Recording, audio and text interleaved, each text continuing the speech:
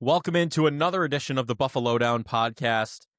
I'm Joe Cali, joined by Justin Siejak. As always, we're recapping a win. So I think we were shooting 500 on the wins, and this is actually gonna put us in the win column on covering wins. So we're looking good, and it was a dominant one. I would say it turned into one. It didn't start out necessarily like that, but the Bills able to top the Steelers in dominating fashion after a couple adjustments, if you will. But we're going to get into the nitty gritty and what to look for the team going forward, especially with New England winning. The playoff picture is that much more crystal clear, and a big game coming up for Houston. But we'll get into that later. Recapping the Steelers game, though, we'll start with the good stuff. Okay, I think we should start with the positives because, listen, in a year where there's been so much controversy surrounding the Bills, which is like new for us in the age of covering the team, right? Like they've just been kind of a top contender since we've started doing our job, since we were in school. Like it's just, we haven't had to do this where it's been like questions about the team. Only the Sabres have we ever had to do that about. So the Bills able to run the ball 51 times and demolish the Steelers. And the defense played really well. Christian Benford, the AFC Defensive Player of the Week, named that today, right before we recorded. Like, it was a good game overall. What were your thoughts, though, during the game? I was a little panicked in the first half, and then they kind of just ran with it literally in the second half and just went through it. So what are your thoughts on the game? Yeah, we kind of touched on this before we went live. I don't know so much so if it's like the Bills' excellence that carried them to the 26-7 victory or the Steelers' kind of negligence to stopping the same run play, which has been heavily talked about all week after the game. But they look dominant. There's not too much negatives you can say as far as the Bills getting a win against an AFC opponent in their house. And that's a gritty defense. I don't care what you want to say. It really starts with the play calling, with just not adjusting to what the Bills were doing. They've got talent all over that defense, and they were able to run the ball 51 times. James Cook obviously continues to be kind of like this Offensive Player of the Year candidate for Buffalo. He was the MVP of this game. It wasn't Josh Allen. Josh Allen threw the ball 15 times. But it was just utter dominance through the trenches, and this is without Spencer Brown or Deion Dawkins. It's with Alec Anderson and Ryan Vandemark, and and the run game looked like it didn't miss a beat. So that was really encouraging to see. The physicality was there. The receivers, while we don't have the talent in the receiver room, it is kind of nice that these guys are like, yeah, whatever you need me to do. They stuck their nose in the run game and blocked down the perimeter all day long, and it looked great. So that was kind of my main takeaway from the game. I was happy to see the run game continue to dominate. But now we're in December. It's December 3rd. The Bills have historically been really good in December. I believe they're 10-1 in their last 11 in December. And we also kind of talked about this, history repeats itself, whatever. It's a different constructed team, though. So it'll be interesting to see how that translates to this kind of season for Buffalo. Yeah, I'm with you. I really like to see James Cook dominate. I mean, we haven't really seen him kind of take a game like that in a while. It's kind of been he's been the one getting shut down, and then they're forced to pass, right? So, thank you, Pittsburgh, for not adjusting your game plan whatsoever and allowing James Cook to have the week he did. Josh Allen, like you said, threw it 15 times. I think that's where I'm frustrated with the passing game, but not in this game. I'm totally okay with what they did because they took what they were given, right? Yeah. I didn't if they're going to be able to run the ball like that, which they're not going to against every team, and I think that's where my concern lies with the passing offense to kind of transition into the concerns, because realistically, there's nothing. I feel like Bosa, that big fumble forced on Aaron Rodgers, Christian Benford returns it for the touchdown, Benford's interception. Like, the defense really swung the momentum for the Bills, and then the offense just kind of clicked, and they just kind of ran with what they had. So there's not really too much to dive into recapping this game, I feel like, because it was just Bills by a billion in a sense, right, when they got their groove going. So just looking, I guess, unless you had anything else, I will say that the quick turnaround of the Bills' pass defense has been quite the revelation here in the second half of the season. I mean, they're playing like a top 5 unit in the NFL. Not as far as the defensive line pressure. Teams are just struggling to pass the ball against the Bills, and that's been awesome to see with, a young secondary. Christian Benford played like the CB1, we re-signed to a massive deal against the Steelers, and that was really nice to see. Obviously, he gets, the fumble recovery for a touchdown, and an interception, and I believe it was under 2 game minutes that those plays happen apart.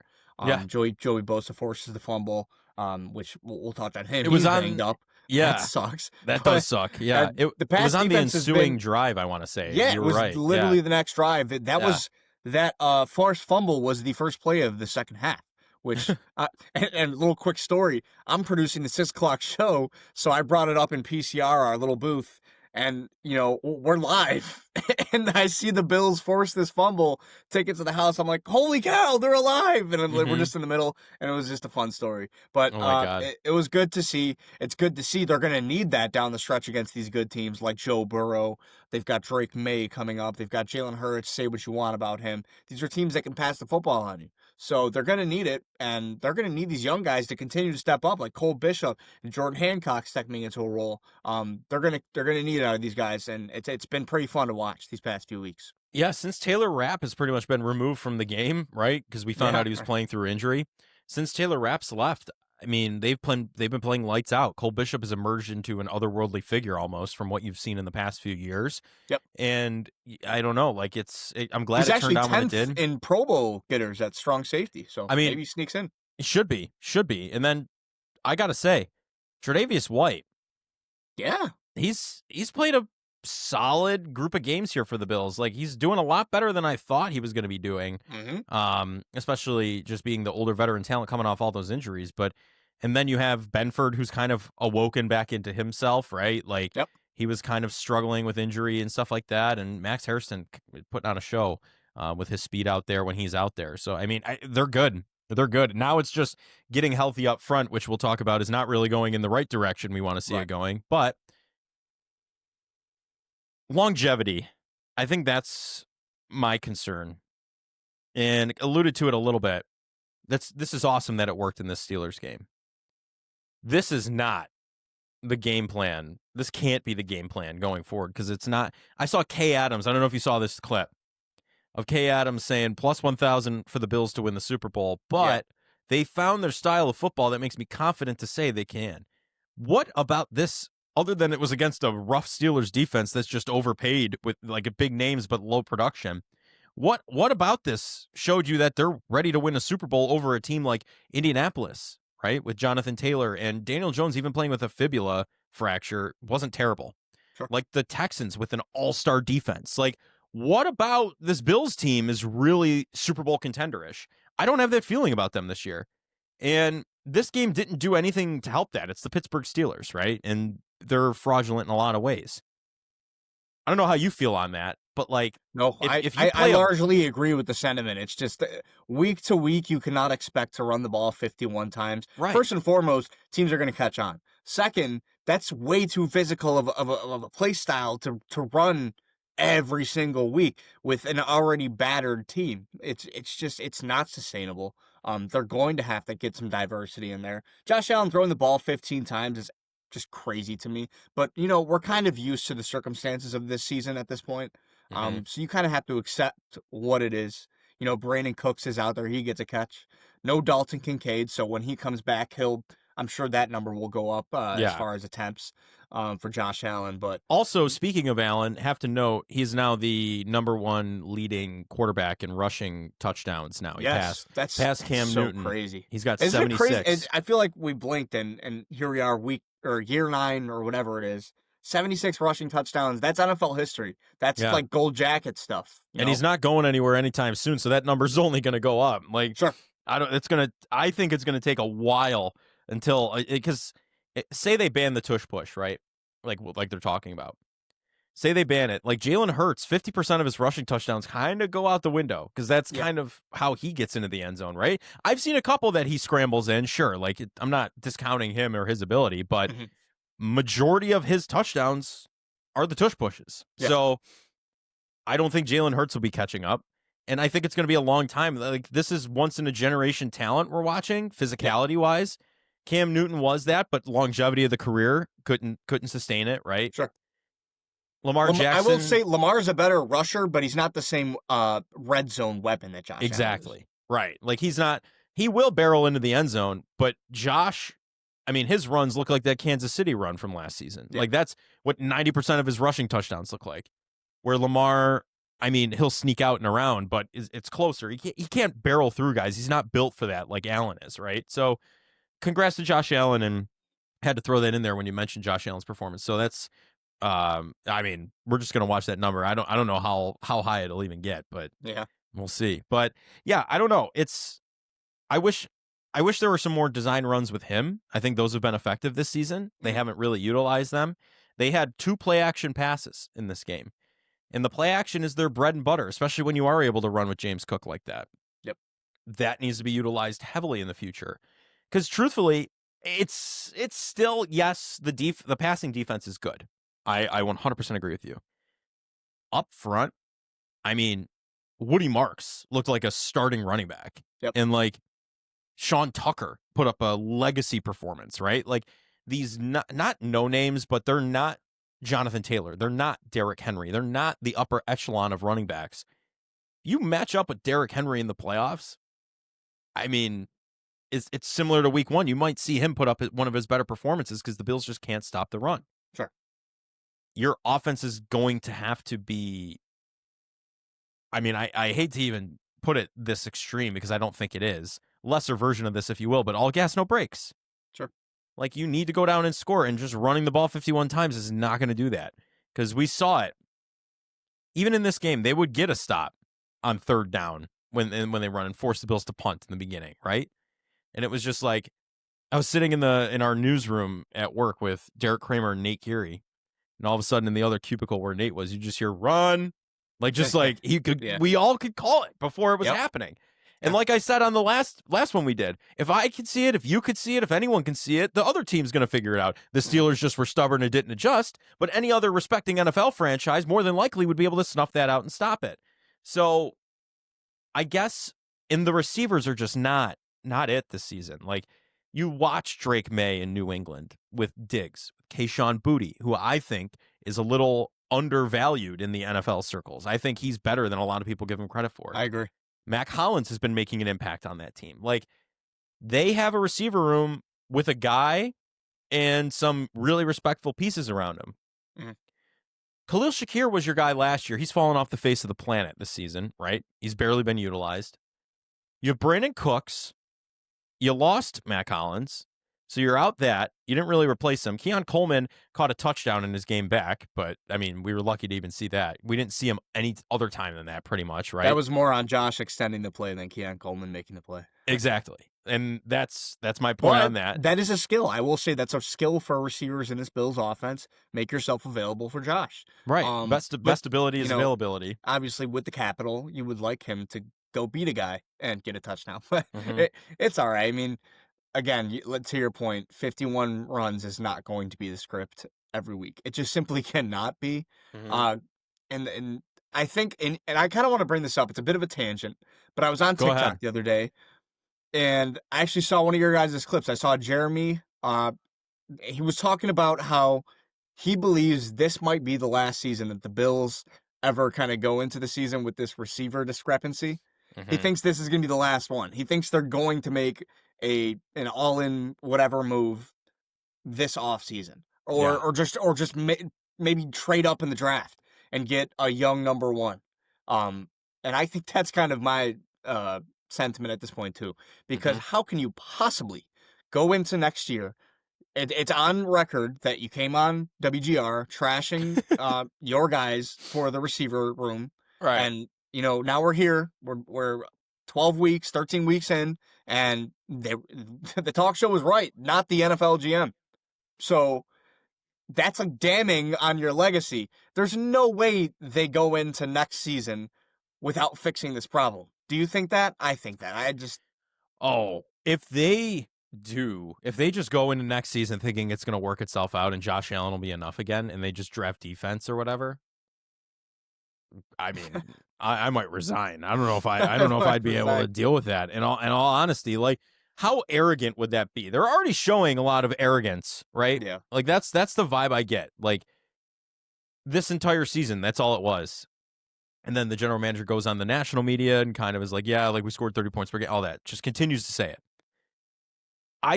If you do that this offseason after clearly seeing the issues it's bringing to your franchise, your organization, then I have no issue really pushing the fire button there. Fire button. Yeah. And it's clear the coach isn't even happy with it from the way he's responding in these press conferences to us, right? Like, it's clear he's unhappy with the direction of this team in this offense. He said Brady was too cute. I mean, do you ever think I listen, I don't want Joe Brady to be the offensive coordinator next year. I really don't. I also don't know if the Bills do, whatever.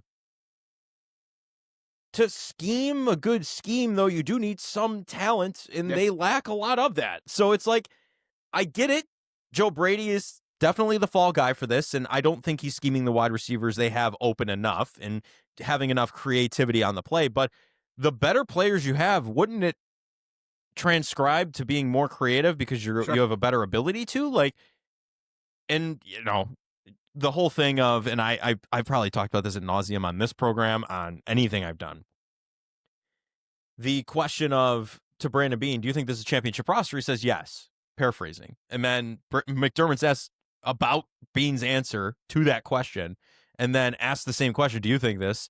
And he says, I love these players. I love the guys on this roster. So I heard the perfect analogy for that. It's like, like the older people, grandparents, maybe, whatever, who come up to you and your significant other and say, oh, when are you guys getting married? And it might be like a month into your relationship. It's like a really inappropriate question, but like it's asked all the time. Yeah. And you look at them, your girlfriend's standing right there, you forgot, whatever, says, I love my girlfriend. I love her. Like that's your answer to that question. Like, it's laughable. It's very non-committal. Yes, like that's the vibe you get though from McDermott this season. Yeah. So I don't think he has a chance. I know people despise him for whatever reason. I don't, and I know people want him fired. He won't be. I don't think McDermott's gone. I wouldn't think of them as a package deal necessarily either, because a lot of this season is on roster construction and Brandon Beane. So if they are going to pull the plug on somebody, it would probably be the offensive coordinator first, but also the general manager probably wouldn't go unscathed, right? Like, hey, one more season, you better draft some offense, figure this out. Like, we got to turn this around. Because at the end of the day, it's not only about the Super Bowl stuff for us fans and everybody, right? And people who cover the team. Terry makes money off the team being good and getting primetime games. If you're not good, the owner's not going to make the primetime money. So I think there's going to be a little bit of pressure, right? Sure. So like, maybe you do get Jalen Waddle in the offseason. I mean, Justin Jefferson looks pretty unhappy, does he not? Maybe you could finagle something from Minnesota again, bring back the magic from 2020. Like, in all honesty, I see them making a big move. Maybe Brian Thomas Jr. Who knows? If obviously the financials are the hurdle there, but yeah. Well, the Rams, you got to clear up something. So there's a lot of dead money on this team right now that's going to absolute waste. So deceased money, and like it's bad. And like, you look at the team, money. Yes, you look at the team like the Rams. They're gonna have like $90 million in cap space, a high first round pick, and they have Stafford and Puka Nacua. What are we doing? The Patriots are set up financially to have a good run here. Yes, and they'll be how the Bills were for a while with Drake May on a rookie contract, so they're going to milk every inch of that they can. But, like, I don't know, and this kind of brings me into the playoff picture here. The Bills are set up now at the 7th seed, and I feel like, Howard Simon picked the Bills this morning and had them losing the New England game but winning the other games, right? Okay. That's sayonara to the AFC East, which I showed you. I bet. I'm already there. Before the Texans game, I bet the Bills to win the AFC East, and when there was hope, I'm just riding it out now because now the cash out's gone. But legitimately, that's over. You're playing road playoff games. It's not a great year, but also, like, I don't know, the last game in Highmark Stadium is going to be Week 18 against the Jets, playing for playoff seeding. Like, that's just a crazy thing to think about. You know what I'm saying? Man. Like, it's unbelievable where we're at now. I just don't know, like, where are you at with the playoff picture? Like, some of these matchups, I guess we can look at, because we'll do another episode later this week previewing the Bengals game specifically. But playoff matchups, like, I don't know if I like any of them for this Bills team. Like, the Texans, that's a nightmare, right? If you're going to Houston. The Texans, in my honest opinion, even over the Patriots, I think the Texans are the hottest team in the AFC right now.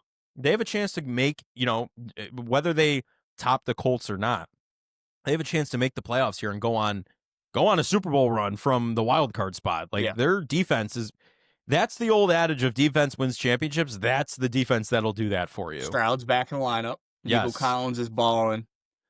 I don't know. They're kind of like the Cowboys of the AFC. The Cowboys are just rolling right now. Texas, and they're man. kind of also in that same position, on the outskirts of the playoff picture. But I think if you took it today, I do believe I saw a post on Twitter that the most likely round 1 matchup for the Bills, as of right now, very early, it's the Baltimore Ravens in Baltimore. So yeah, Derrick Henry Central.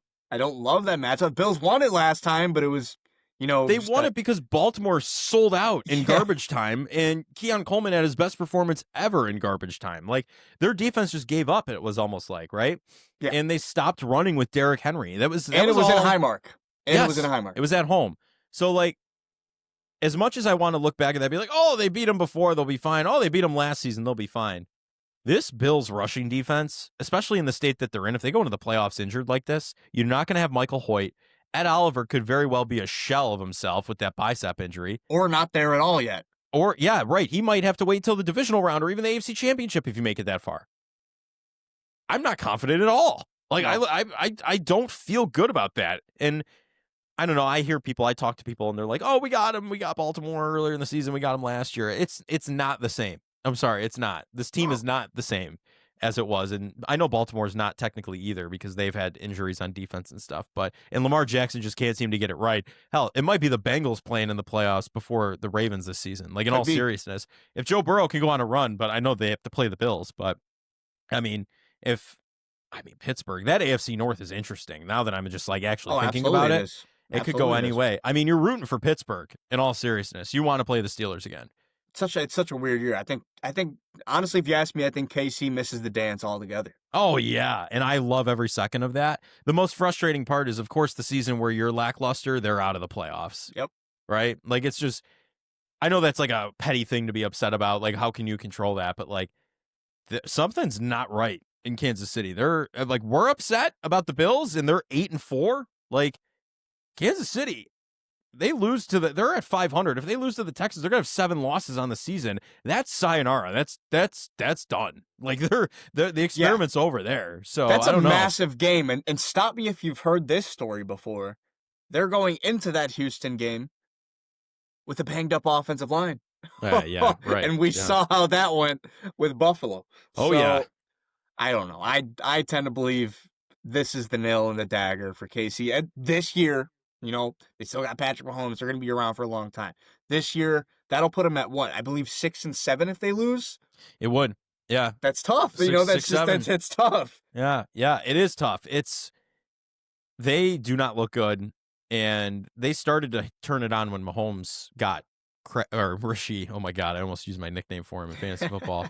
Rashi and Xavier Worthy back. Like, they looked good, and then they got figured out like in a snap, and then that was that. Any team can defend against them, and their defense isn't great.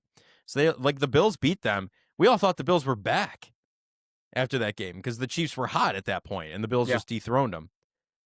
More like the Chiefs were never really that great. No, it's not aging. That game isn't aging to the same degree we thought it would. Yeah, and I mean, you look back to the Falcons game for the Bills. Like, what are we doing? Like, in all seriousness, look at the Jets. What they were able to just do, right? Like, I don't know. And the Dolphins beat them too, if I'm not mistaken, and the Patriots did. Mm-hmm. So it was only the Bills that fall to the Falcons in the AFC East. It's like you couldn't write this even if you tried. This is the most schizophrenic season I've ever seen, to the point of like you just don't know what you're getting, and I think that's the problem. I think that is the problem. When you look at this team going into these games, what team's showing up? The Broncos have a semblance of this. What Bo Nix is going to show up? Yeah, you just don't know what entire Bills team is going to show up. Like, the only thing you can hang your hat on is the passing defense. That's it. But like, is Josh Allen going to throw the ball more than 15 times? I don't know. Whatever the coordinator does. Is James Cook going to run 51 times? I don't know. He did a couple weeks ago. Maybe he will again. Like, McDermott was kind of asked about that this morning. Oh, was he?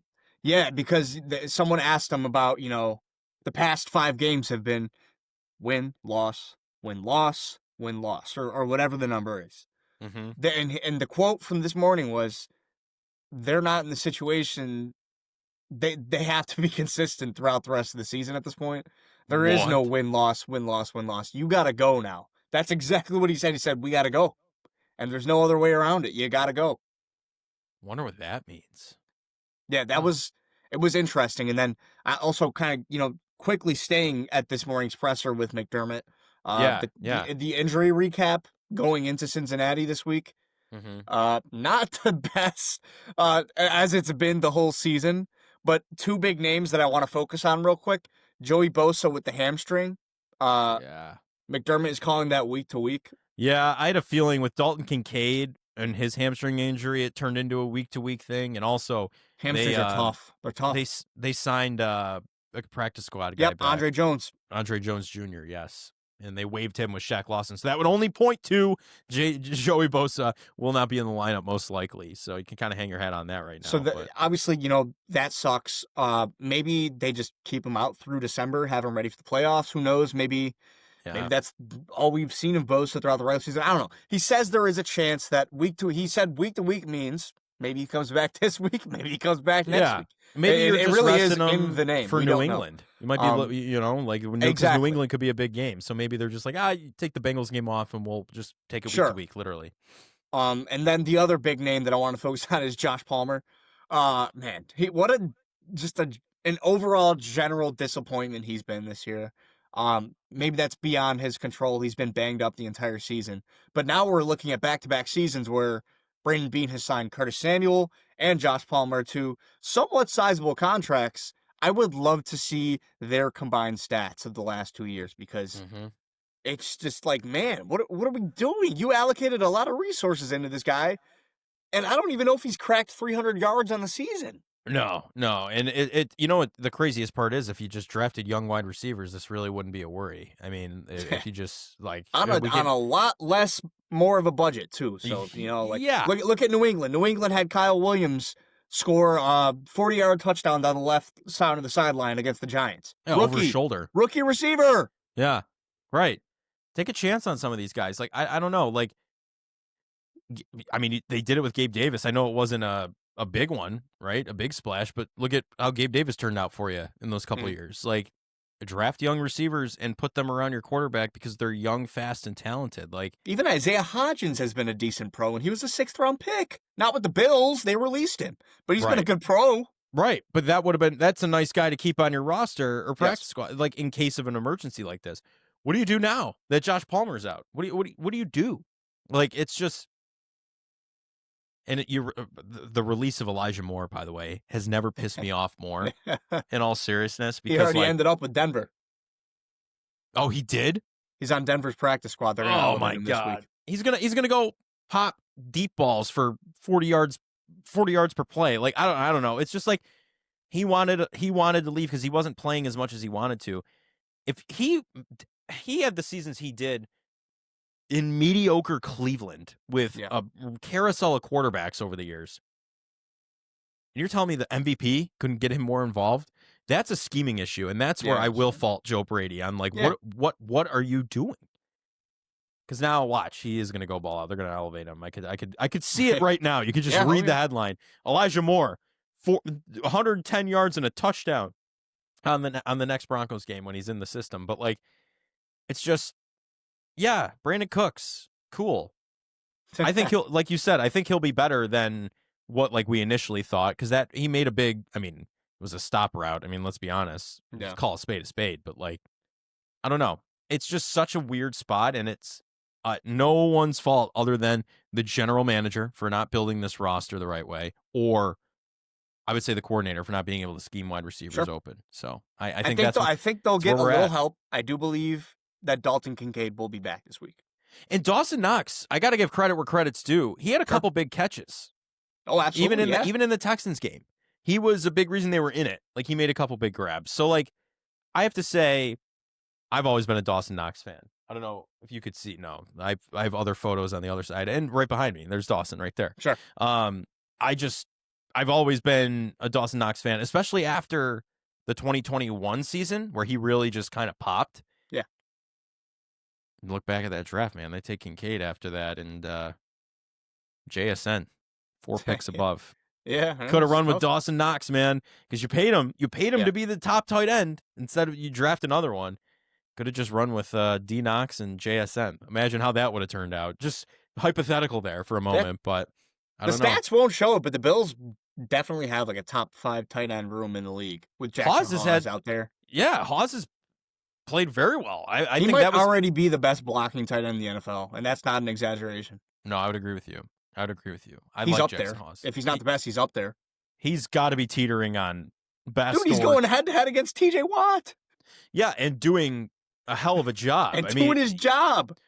James Cook was able to run to that side all night. Yeah. And they're missing their starting right tackle, who is an all-pro. Not an all-pro, but a Pro Bowler, right? Like Spencer Brown, I would say. Like, he's up there in the way he plays the position. Like, he filled in for that. And he's a tight end. He's not 400 pounds and crazy 6'8", you know, like he's just a tight end. So I think there's a lot to be happy about with the Steelers game. I think just the overarching, because I feel like you and I have just been kind of just spitballing here because I just have so many pent up thoughts about this. Yeah. Like just like it's so interesting to be in this spot with the Buffalo Bills, having not really been before in the Josh Allen era, but at least we can hang our hats on. They are the best out of the AFC regulars, like Baltimore, Cincinnati, and Kansas City. They still look the best out of them. Not a high bar by any means, but they still look the best out of the AFC regulars. So if we could point anything out positively, that also I would say too. But, and I do think playoff experience matters. Yes, I agree. You're right though. It's not the same team of the past few years. So, you know, the standard is the standard until everything goes awry. Yeah. Then how do you react? Well, all they say is championship caliber. Yeah. They hang a Lombardi trophy in the practice. You know what I mean? The like Pro Center. Ad Pro Center, yeah. And like this last season, sure. Like you were knocking on the door. You were 15 minutes away and a drop ball away from really setting yourself up to go to the Super Bowl. This season, I think it would be multiple games away. This is not the same team. It's not the same vibe, and I think there's got to be a systemic change at the offensive coordinator position, and also the personnel. So Bean better get on his horse if he's around, and if not, whoever comes in has to turn the ship around, get some offensive talent on the roster, and maybe it's Dave's coming back in. Who knows? I mean, I know he and McDermott had their issues in the past, right? The whole Ty Dunn article and all that stuff. But I got to say, since that's happened, there's been a huge turnaround in how the Bills are with the media and everything like that.